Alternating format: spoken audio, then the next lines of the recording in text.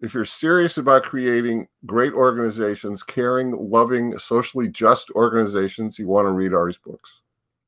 Yeah, this is our norms, and it's not like everybody else should use what we do. But so two pieces of that. So one is I don't even know if it was a conscious decision at the time, but in hindsight, I think it's one of the best things we ever did. Is we just opened all our meetings to whoever wanted to go.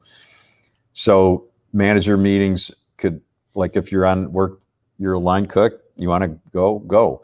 Because what I've learned is, like, everybody makes up stories about what happens in those meetings, but they're almost all wrong. And we're all sitting in a meeting and we don't know what to do. And then the story that emerges in the public mind of the staff is like how everybody conspired to screw them over. And it's like, well, actually, they just didn't understand.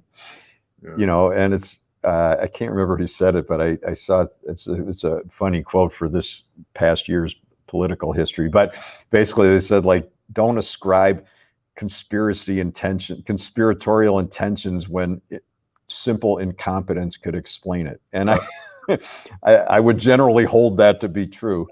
And we don't know what we're doing. I mean, we're all just trying to figure it out, and we need the help of, diversity is awesome, not just from a race and ethnicity and gender and sexual preference perspectives. Those are super important, but it's also important just because, like, you and I are older. It's not better or worse. It's just somebody who's 17 and just started here has something to offer that I can't understand, and I have something to offer they can't understand. So opening the meetings and letting everybody participate was a huge shift. And then 6 years ago, I think we're going to get into community shares in a minute. 6 years ago, as part of the staff owning shares, we also added 3 staff partners, we call them.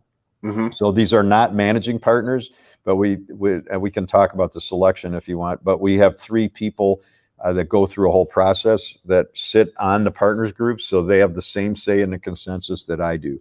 And so it's easy to say, like, oh yeah, you have hidden power, which maybe I do, but they also have hidden power, because in a good way, sometimes people listen to them when they're like, screw Ari, we don't want to hear what he has to say anymore. Yeah. I have experienced that plenty myself. So we kind of skipped over the Path to Partnership program, though, because I know that if one of your employees decides that they want to help create a new business and become a partner, there is a whole series of things that they have to do, but it's possible. It's very possible. The formal path gets longer and more complicated each time something goes wrong. But the reality is, it's in spirit, it's the same. And what we say, so Paul or I, and he's on sabbatical this year, so it's me doing the new staff orientation class. I just did it a couple of weeks ago, and I need to schedule another one for this month. And there's an essay in that beliefs book that you have about why I believe that's such a huge, impactful thing. Yeah, we teach, when we're working with developing the management team in our clients, we teach them, the heart of it is about delegation and the art of delegation and what it requires. But the one thing that we tell them that they should never delegate is that orientation of new staff, which is, again, something that I learned from you.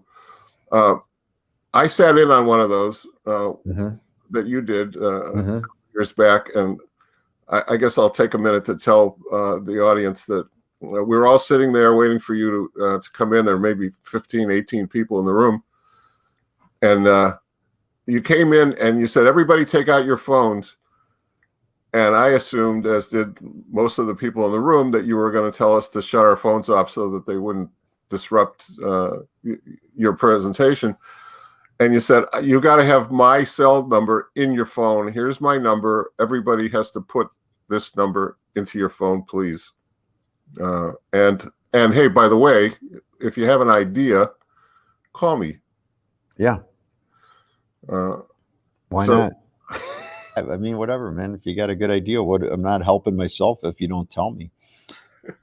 Hardly anybody takes me up on it, which, because I said that, an extra 2 people will take me up on it now. But I mean, if the employee has something to say, they're going to say it. So if they don't say it to me, they're going to say it to somebody else. And I don't mean they got to call me every time something goes wrong, but the reality is it actually reduces the amount of times they reach out with bullshit because they can call or they can email me or they do know how to find me. And I think that's healthy. Whereas if we try to hide behind, then they focus on how to find us and dump stuff on us that we don't really need. Mm. And so, but anyway, in that class, I'd say and Paul would say the same, we want to grow the organization. Here's the long-term vision. It includes growing in this way. Part of it is having managing partners.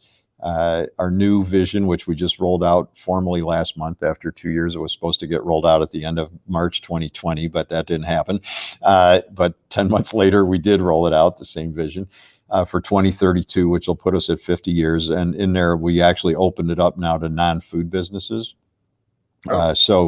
But anyway, so yeah, people do, not everybody, but no joke. I got an email yesterday from a nice guy who started mail order, and he just emailed me to say, I actually have an idea. So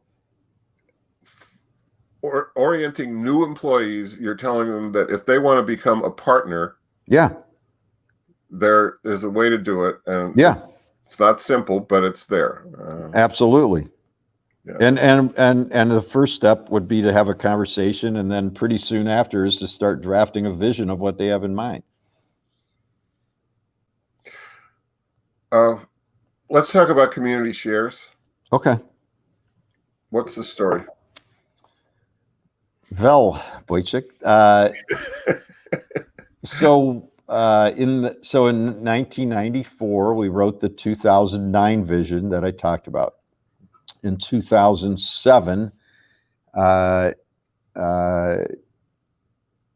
started the next vision, which became the Zingerman's 2020. Yeah. And so that vision included saying some stuff about figuring out a way to have staff own shares. We wanted to have employee ownership. It's not that easy. There aren't that many simple models. That's part of why this conference exists, which is wonderful. We didn't know how to do it. We couldn't figure out how to do it while we were working on the vision. So one technique of visioning that we teach is if you don't know how to do it, you just say in the vision, in 2020, we will have figured it out, and it was awesome, whatever we came up with. And that's basically what we wrote about that subject. And so we figured it out. It took 5 years because we don't have one company. They're all separate businesses, as we described, with these different managing partners. So you can't do an ESOP because there's no one company that owns everything, et cetera, et cetera. So what we figured out was Paul and I own shares in each business, but we also own the intellectual property. Right. So the Zingerman's name and all that. And so we created a way for people to buy into the intellectual property. And after years of a governance committee, which was half staff and half partners working on this, we figured out our plan, which isn't perfect, but it's called Community Shares. And basically it's set up essentially like a co-op. So you can only buy one share. I own one share. Mara, who's on the chat with us, owns a share. So I think we had 181 we started a year ago, we had 700 employees. Now we have 550. That's the pandemic impact. Well, we'll be back to that. But we had 181 community share owners. And I think we just signed up 13 more in February on top of that, which is we have 2 months a year they can sign up. So they own a share. And so then the businesses put a small piece of profit. There's profit or gain sharing within each business, open book well. But then this is a second layer of it. So there's if we hit certain targets, then a small percentage of each business's profit can go into this other pool, which is distributed among the community share owners. So what does it mean for them to own a share? Well, as I tried to say at the time that we were doing this, so a lot of places go to employee ownership because they want to take unhappy people and help them feel better about their job, which isn't ill-intended, but I think sorry, you can't see my hands. It's a long way to go from people being disengaged and unhappy just by giving them ownership. It's one piece, but it's not a panacea. My mind around it, our mind was we already act like everybody's an owner in a lot of ways. I mean, the meetings are open, like you asked about. Anybody could become a partner if they want to be able to move forward with that, et cetera, et cetera. So in a lot of ways, we were already acting like they were owners, but this was to actually have them own and put some money in and have that emotional piece that not going to take them from hating their job to loving their job, but it could help people go from loving their job in good ways, imperfect as it is, to really feeling even more bonded in, and to help expand people's already existing community mindset, our community, not the community in the small C, but the capital C, to help understand. So like if Mara sees a lead for the deli to get catering, it's not that she wouldn't have sent it before, but there's just this little extra added incentive that we all benefit financially at some scale when the whole organization does well. So I think that's really the biggest thing. And then just the mindset of being an owner, like in the day-to-day, like I don't think about being an owner at all. I mean, I just feel like I want to do a good job, you know. I mean, when the pandemic started, I started to have the emotionally stressful panic moment of like, I'm on the line for a lot of debt, which I've known, but all of a sudden when you have no sales coming in, it's different. Scary. Yeah. And they're not at that level of risk. So it's not as extreme, but they do it's $1,000 a share. We'll finance it for people if they don't have the cash. And they have to qualify as well, right? I mean, they do. Originally it was, you had to work here for 2 years. And at one of those partners group meetings, ECOB-wide huddles that you talked about, there was I trying to remember who it was, but somebody who was working part-time or seasonally. You mentioned the seasonal staff for mail order who came to it, and we were there's like a quick update on community shares at each one of those regular sessions, and he raised his hand and said, like, so I don't understand, like, why do you have to be here 2 years? Like, it seems like it'd be better to let people do it sooner, so then they would be more likely to stay. And we had gone back and forth on this in that governance committee for a year, and we had ended at 2 years. Personally, I didn't feel strongly one way or the other. The consensus formed around 2 years. We stayed at 2 years. But him saying that in that room triggered, within 3 months, it changed. And somebody brought a proposal to change it, and we changed it. And now you just have to get out of your initial orientation and you're eligible.